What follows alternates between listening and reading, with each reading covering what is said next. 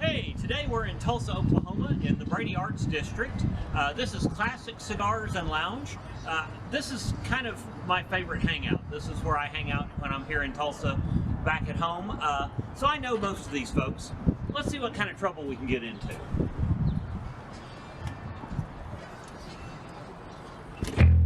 Hi, I'm CR Parsons.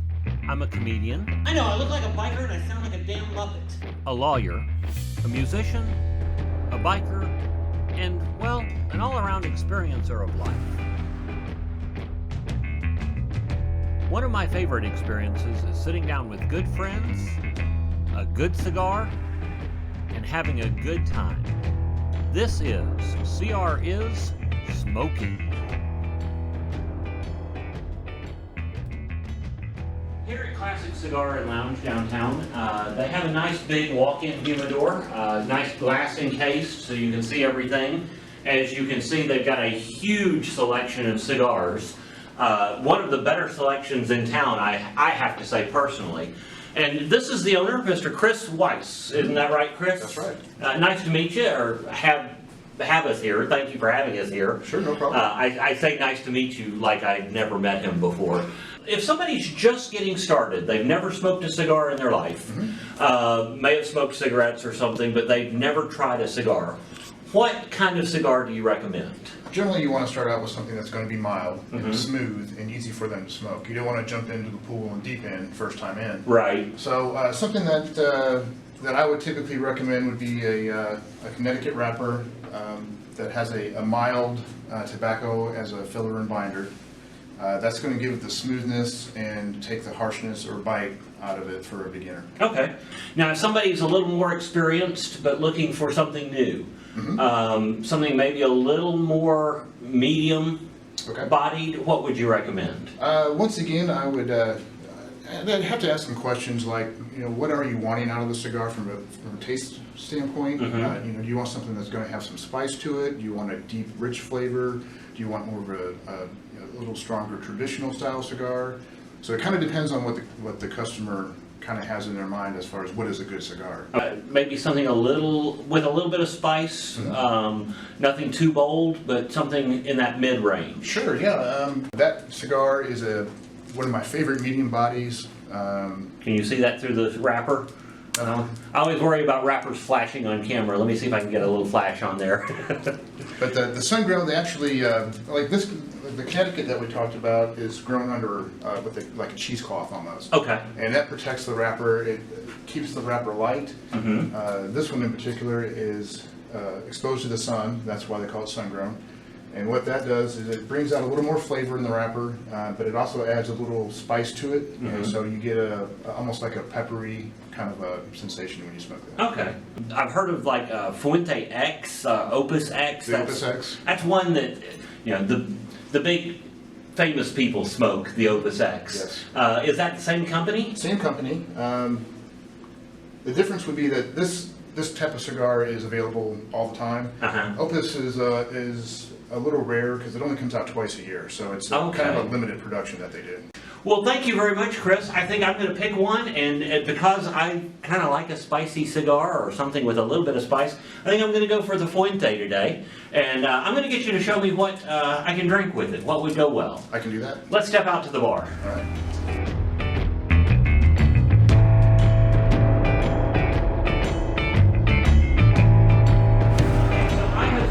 The Arturo Fuente Gran Reserva. It's a long filler cigar with a little bit of spice, I believe Chris said. And Chris, what do you recommend to drink with something like this? Typically with that kind of cigar, bourbon or scotch pairs very well. Okay. Is there a particular reason they pair well?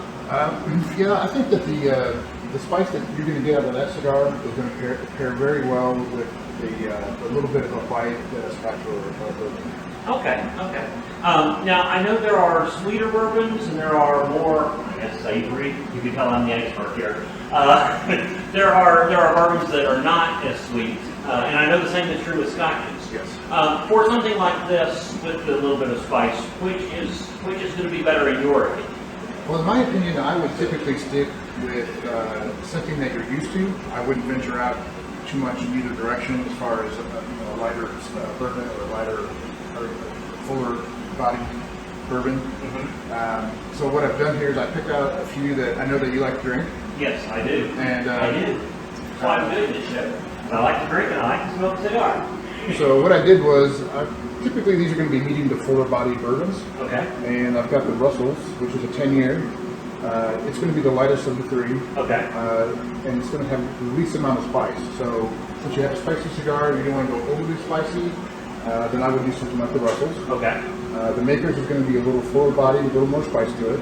And then this is the 100 proof Knob Creek, and that's going to have the most spice. And it's going to be, a fuller experience. So if you're used to smoking cigars on a regular basis, something like that would be a great choice. Okay, now with the scotches down here, I go through this every time I go to drink a scotch. And that is, Macallan is easy enough to pronounce. It's not a big deal. Is that Balvenie? Balvenie. Balvenie. Balvenie, and this is the Doublewood. Okay, Doublewood, what does that mean? They use two different casks while they're aging the scotch. Okay, So you could get a much more woodier note than you will like out of the So it's still a single malt, but it's been fermented or it's been stored in two different casks during the process. Exactly. And then The Ardbeg. Ardbeg. The Ardbeg is what I would call not a beginner scotch. It's going to have the strong peaty flavor that is a lot of, you hear the term acquired taste. Yes. So it's going to be a fuller, deeper experience than something like that. Okay, and these are all single malts, correct? Yes. Okay. Now, since I knew what he was going to say, I went ahead and had him pour me a glass. I went with the Knob Creek because I like a little bit of spice and I like a good bourbon. I'm more of a Scotch drinker generally, but I'm learning to drink good bourbon. Now, like Scotch, there's a large ice cube in this, or actually a large ice sphere in this. What's the reasoning behind that? Some guys prefer to have the large ball, especially if they're a slower drinker, because what happens is the surface area of the ice is so much less than the cube ice. Okay. And so you get a slower melt, and it actually waters your drink down a little bit slower than the typical ice would. Okay, that makes perfect sense. Well, thank you, Chris. We've got our drink, we've got our smoke. I think it's time to go join the guys and have a smoke.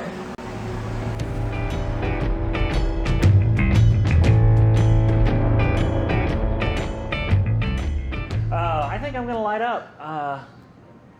Do a little toasting of the foot. For those of you who don't know, the foot of your cigar is where you light it. It's not the end you cut. It is the opposite end.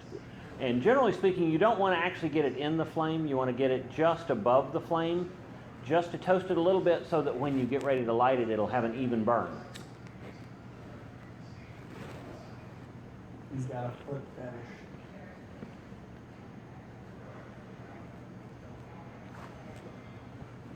Pull and turn and rotate it a little bit. And if you're not sure, blow on the end. You can see where it's red and where it's not. And get it good lit. The better job you do of lighting, the better a smoke it's going to be because it'll burn more evenly.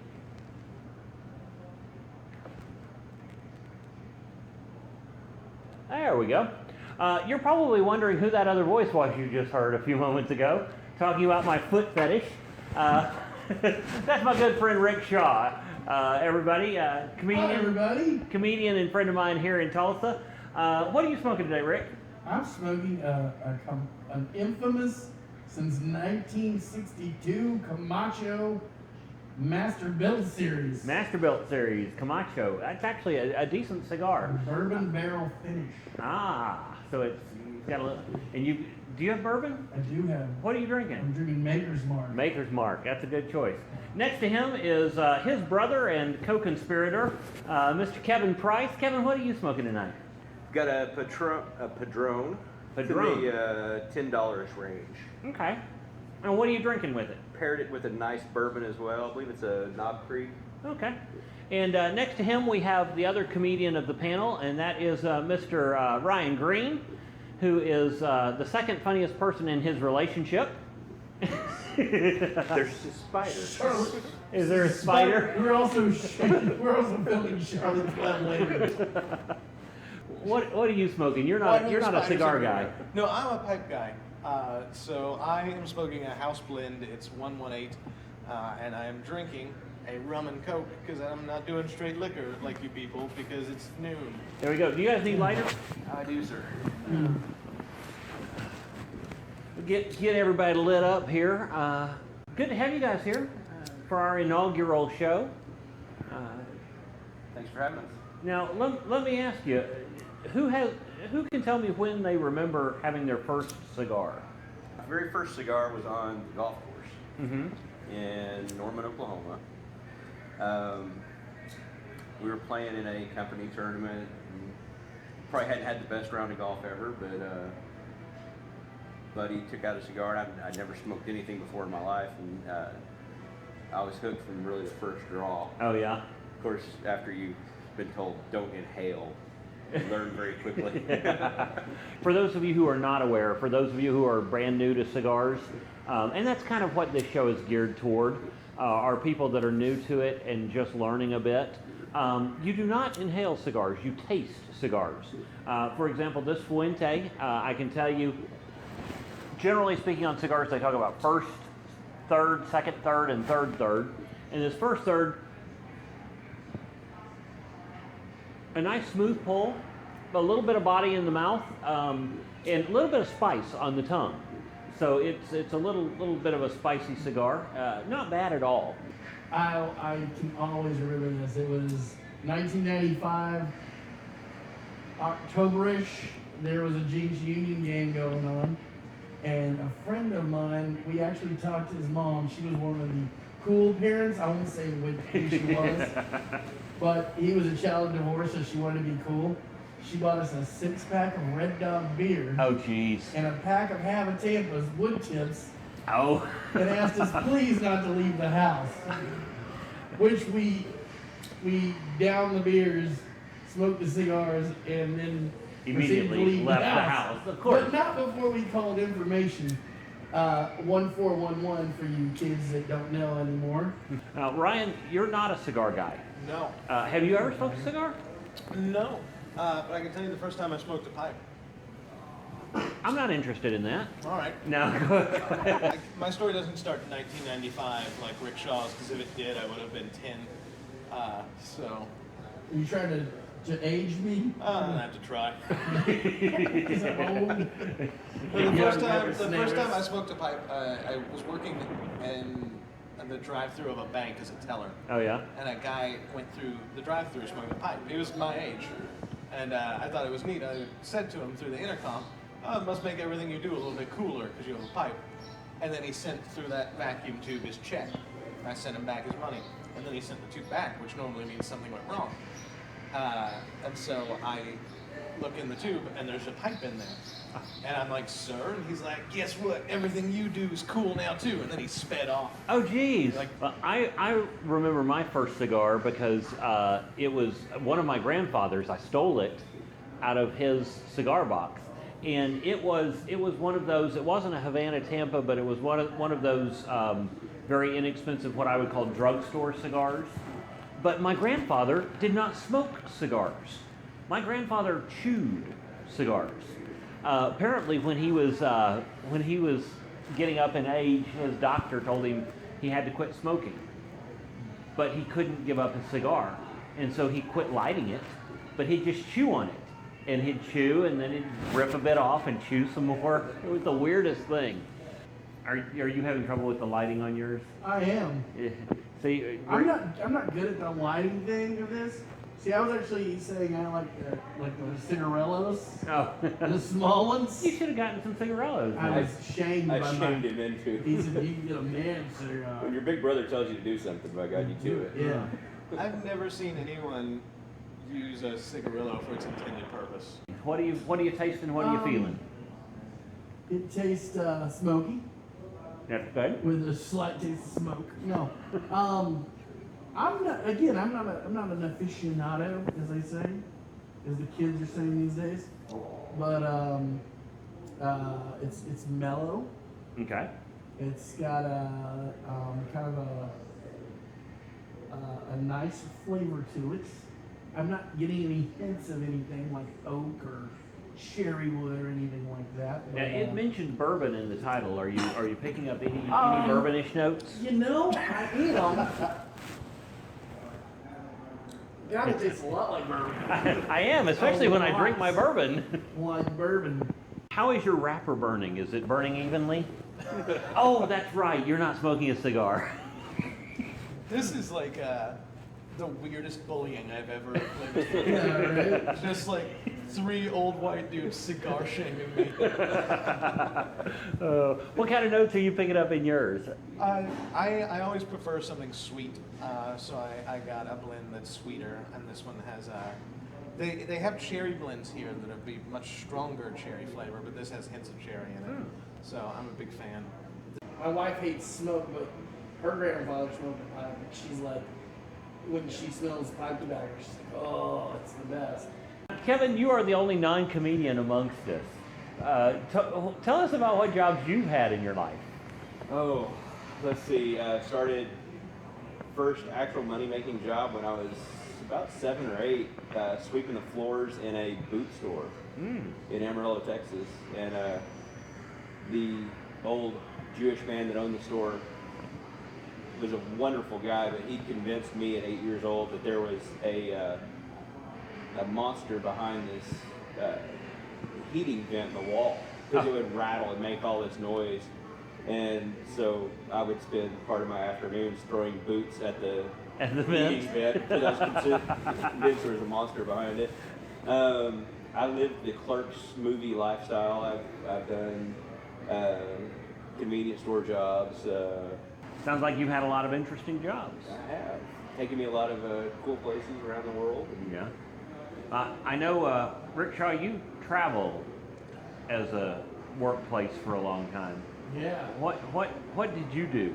I sold candy. I was a marketing. You sold And candy. sells- Let me guess, out of a panel van that Panel said van, free candy, kids? yes. Free hugs, free candy. I Bouncy. did sales and marketing for a company called Stuckey's for a long time. Oh, yeah. Being a Mississippi boy, I know Stuckey's Fine well. Southern candies. That's right. I love their pecan divinity. I used to enter the buildings and say, "Here I am with my fine Southern candies." My fine Southern candies. Yeah, I did that, and I did it all basically from Chicago to New Orleans, Florida, to all the way out to Texas, El Paso, Texas, like the tip of Texas. Very cool. And man, I saw a lot of America, Uh-huh. and I just realized that we're all the same, except for how we talk and the way we prepare food. Ah, okay. And usually the food's the same, we just prepare it a little different. Prepare it a little bit differently. You hear pecan and pecan. Yes. And the good people of Georgia will convince you that it's pecan because it's trash can and not trash con. Right. You'll notice on my cigar that I have a bit of an ash there. Cigars are a little bit different than cigarettes. You don't ash them all the time like you do cigarettes. And this is one way to tell that you've got a good cigar with a long filler, is that it does create a bit of an ash on the end. Now, some people will say you just let it naturally fall. We are in a nice establishment, and so I don't like to do that to their floors. And so when you get ready to ash your cigar, what you generally do is just roll it on the ashtray, and that ash right at the end comes right off, clips right off, and you've got your fresh cigar to go with. Just a little tip that I've learned over the years.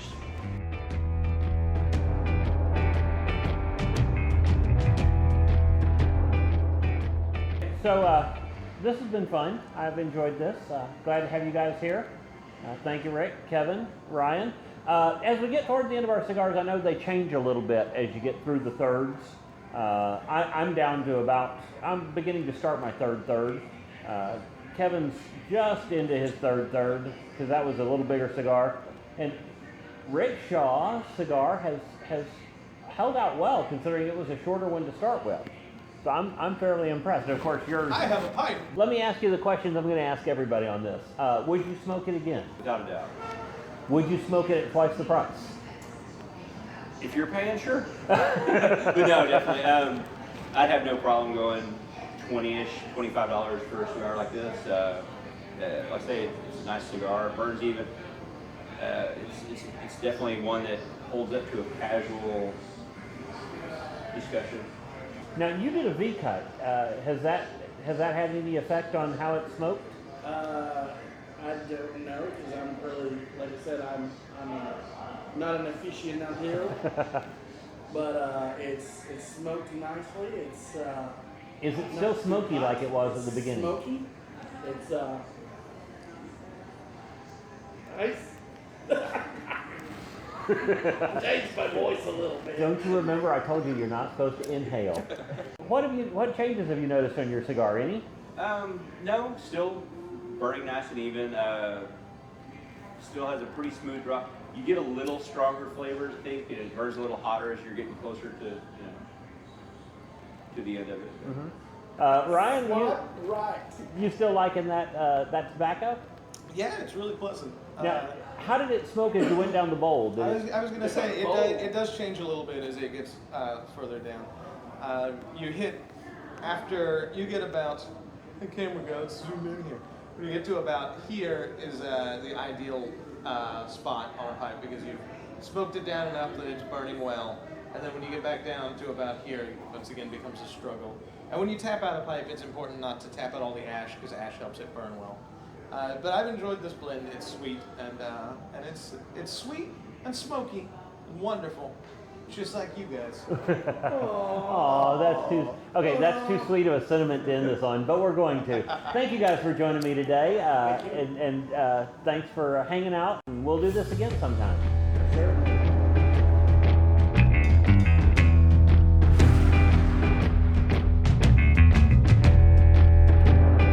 For joining us today on CR Is Smokin.